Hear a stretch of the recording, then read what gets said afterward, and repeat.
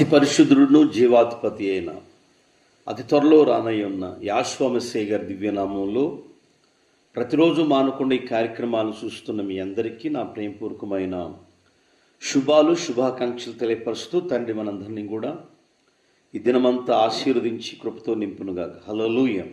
ఒక పాట విందాం. తండ్రికి మహిమ కలుగునుగాక. తండ్రికి ఘనత మహిమ ప్రభావాలు కలుగును. హల్లెలూయా.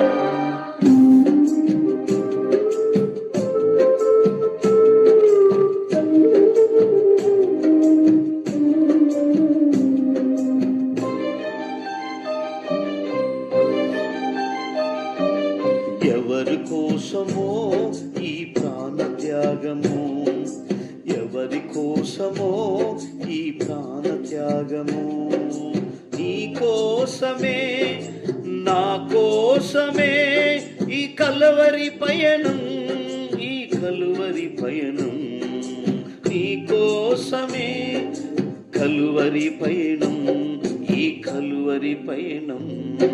ఎవరి కోసమో ఈ ప్రాణ త్యాగము, ఎవరి కోసమో ఈ ప్రాణ త్యాగము.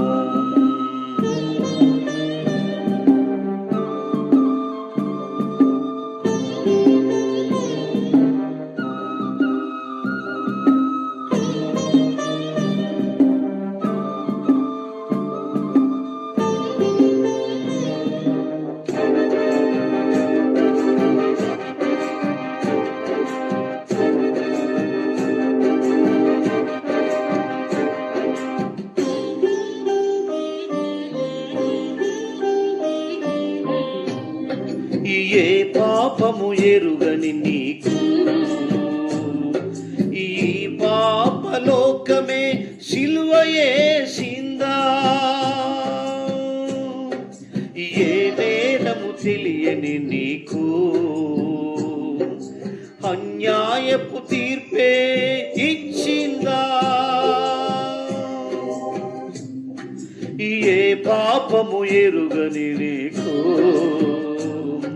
ఈ పాపలోకమే సిలువ యేసిందా, ఏ నేరము తెలియని నీకు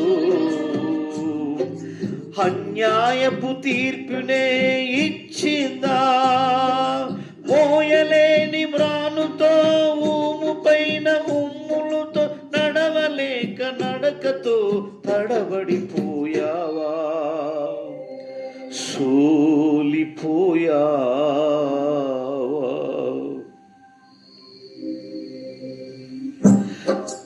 ఎవరి కోసమో ఈ ప్రాణ త్యాగము, ఎవరి కోసమో ఈ ప్రాణ త్యాగము.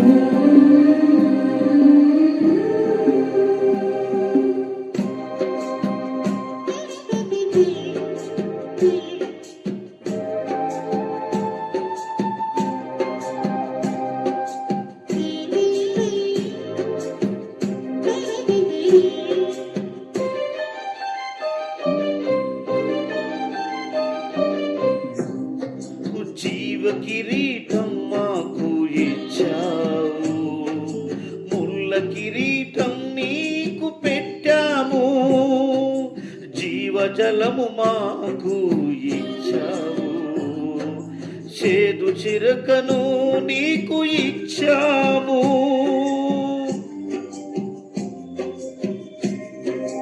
జీవ కిరీటం మాకు ఇచ్చావు, కిరీటం నీకు పెట్టాము, జీవజలము మాకు ఇచ్చాము, చేదు చిరకను నీకు ఇచ్చాము, మా ప్రక్క నుండి మమ్ము కాపాడు సుండగా నీ పక్కల బల్లెం పోటుతో ఒక్క పోటు పొడిశాము.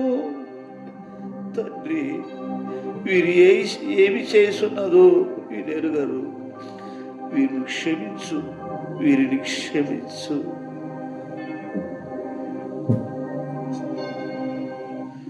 అని వేడుకున్నావా పరమ తండ్రిని. ఎవరి కోసమో ఈ ప్రాణ త్యాగము, ఎవరి కోసమో ఈ ప్రాణ త్యాగము, నీ కోసమే నా కోసమే ఈ కలువరి పయనం, ఈ కలువరి పయనం, కలువరి పయనం, ఈ కలువరి పయనం. ఎవరి కోసమో ఈ ప్రాణ త్యాగము, ఎవరి కోసమో ఈ ప్రాణ త్యాగము. ఈ వాగ్దానాలను మరి రాత్రి పగలు ధ్యానిస్తున్నారని నమ్ముతున్నాము. తండ్రికి మహిమ కలుగును గాక.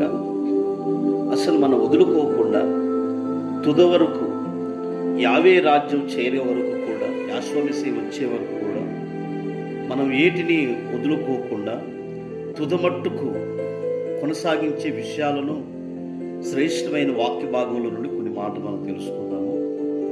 ఈ పరిశుద్ధ గ్రంథమైన బైబిల్లో ఒక ఆశ్చర్యకరమైన మాటలు మనకి తెలియపరచబడుతుంది. కొన్ని కోట్ల కట్టి విలువైన ఈ గ్రంథాన్ని కలిగి ఉన్న మనము ఈ గ్రంథంలో ఉన్న మాటలు, ఈ వాగ్దానాలన్నీ కూడా మనకి చాలా చాలా ఉపయోగకరమైనవి. ప్రియ సహోదరి సహోదరులారా, మనం తుదమట్టుకు యాశ్వమసే రాకడ వరకు వదులుకోకుండా ఉండే విషయాల గురించి ఈరోజు మనం బైబిల్ గ్రంథంలో తెలుసుకుందాము. కీర్తన గ్రంథం 119వ అధ్యాయము 112వ వచనంలో తుదమట్టుకు వాక్యమును మనం ధ్యానించి ఆయన శాసనాలను, ఆయన ఆజ్ఞలను, ఆయన కట్టడను మనం పాటించే వ్యక్తులుగా ఉండాలని ఈ గ్రంథంలో ఉన్న బైబిల్లో ఏవి రాయబడ్డాయో అవి మనం తుదమట్టుకు వదులుకోకుండా ధ్యానం చేయాలని శ్రేష్టమైన వాక్యభాగం తెలియపరుస్తూ ఉంది. మరొక మాట యోహాను సువార్త 4వ అధ్యాయం 34వ వచనంలో తుదమట్టుకు యావే చిత్తమును జరిగించే వ్యక్తిగా, ఎత్తులుగా మనం ఉండాలని శ్రేష్టమైన వాక్యభాగం తెలియపరుస్తుంది. నా తండ్రి చిత్తాన్ని నెరవేర్చడానికి వచ్చానన్నాడు యాశ్వమసీయ. మనం కూడా తుదమట్టుకు యాశ్వమసీయ చిత్తమును జరిగించే వారుగా మనం ఉండాలని ఈ వాగ్దానాలు మనకు తెలియపరుస్తాం. తండ్రికి మహిమ కలుగును గాక. హెబ్రీ పత్రిక 6వ అధ్యాయం 12వ వచనంలో, 6వ అధ్యాయం 12వ వచనంలో తుదమట్టుకు ఆసక్తిని కనపరచాలని, ఆసక్తి కొంతమంది కొత్తలో ఉన్నాడు ఆసక్తి చూపుతారు, తర్వాత మళ్ళీ లోకంలో కలిసిపోయిన వాడు చాలా మంది ఉన్నారు. కానీ మీరు ఆసక్తిని తుదమట్టుకు యాశ్వమసే వచ్చే పర్యంతం ఆసక్తిని కనపరచాలని ఈ లేఖనం ద్వారా ఈ యొక్క వాగ్దానాన్ని మనకి తెలియపరచబడుతుంది. అదే హెబ్రీ పత్రిక 3వ అధ్యాయము 6వ వచనంలో తుదమట్టుకు ధైర్యమును నిరీక్షణను ఏం చేయాలట?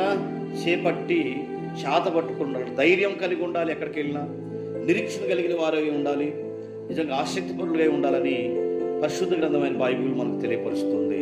అపోస్తుల కార్యాల గ్రంథం 20వ అధ్యాయం 24వ వచనం, 20వ అధ్యాయం 24వ వచనంలో తుదమట్టుకు పరిచర్య చేయవలెను, మరణ పర్యంతము యాశ్వమసే రాకడ సమీపంగా ఉన్నంత కాలం మనం మన పరిచర్య నిలిచిపెట్టకుండా సేవకులుగా, సంఘాల్లో చేరిన విశ్వాసులుగా అందరం కూడా ఆయన పరిచర్య చేసే వ్యక్తులుగా మనం ఉండాలని ఈ లేఖనాల ద్వారా ఈ వాగ్దానాన్ని తెలియపరుస్తుంది. అలాగే 2వ తిమోతికి రాసిన పత్రిక, అపోస్తలుడైన పౌలు తిమోతికి రాసిన పత్రిక 4వ అధ్యాయం 7వ వచనంలో తుదమట్టుకు విశ్వాసమును కాపాడుకోవాలి. నీ విశ్వాసం ఎలా ఉందో మనం పరిశీలన చేసుకొని ప్రతి ఒక్క విశ్వాసులు, సంఘం సేవకులు కూడా మనందరం కూడా తుదమట్టుకు మన విశ్వాసాన్ని కాపాడుకున్నట్టుకి ఉండాలని బైబిల్ తెలియపరుస్తూ ఉంది. మరొక మాట మత్తయి సువార్త 24వ అధ్యాయం 13వ వచనంలో తుదమట్టుకు మరణమైన, త్యాగమైన మన విశ్వాసాన్ని కాపాడుకునే వ్యక్తులుగా మనం ఉండాలని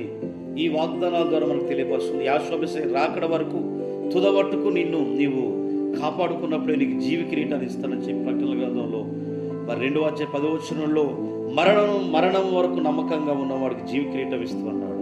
తుదమట్టుకు మనం అందరం కూడా తండ్రి యొక్క సన్నిధిలో ఆయన ఆజ్ఞలు గైకునే వారుగా ఉండాలి, వాక్యాన్ని గైకునే వారుగా ఉండాలి, తండ్రి చిత్తాన్ని చేసే వ్యక్తులుగా ఉండాలి.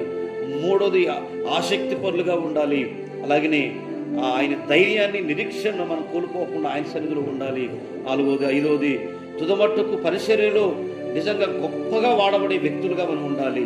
ఆరోది తుదమట్టుకు విశ్వాసమును కాపాడుకోవాలి.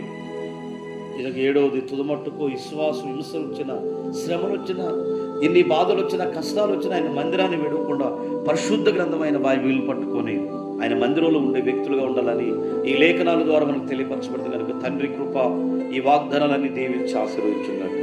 మహిమ కలిగిన తండ్రి, అతి పరిశుద్ధుడా, తుదవరకు నాయన మాకు ఏ అవసరమో అయ్యి విడిచిపెట్టకుండా కాపాడుకోమని, జీవకిరీటాన్ని ఇస్తానని చెప్పిన మాకు నాయన నీ కృపలో నింపి, బలమైన తండ్రి ఆత్మతో నింపి ఘనకార్యములు జరిపించమని యాశ్వమెస్సీ సన్నిధిలో మేము ప్రార్థన చేస్తుండగా నీ ఆత్మతో నింపి ఘనకార్యములు జరిపించమని, మేలుతో నింపి సహాయం చేయమని, ఎవరైతే ఈ కార్యక్రమాలు వీక్షిస్తున్నారో, ఈ కార్యక్రమం కొరకు తనని సహాయపడుతున్నారు, సహాయం చేస్తున్నారో, ఈ కార్యక్రమం అనేకులు తెలియపరచు వారందరినీ దీవించమని అయినా ఈ కార్యక్రమం ఈ రోజు నాయన పుట్టినరోజు వేడుకలు తండ్రి, అయ్యా నాయన గృహ కూడికలు తండ్రి, ఎందరైతే తన కుటుంబ సభలు ఆరాధనలు జరుగుతున్నాయి వారందరినీ దీవించి ఆశీర్వించి మరొక నూతన అయ్యా సంవత్సరం అడుగుపెట్టిన వారిని ఆశీర్వదించమని యాశ్వా మెస్సే వారి నామం ద్వారా అడుగుతున్నాం తండ్రి. ఆమేన్. మీ అందరికీ నా ప్రేమపూర్వక విషయాల్లో ఉండి తండ్రి ఈ దినమంతా మనందరినీ ఆశీర్వదించు.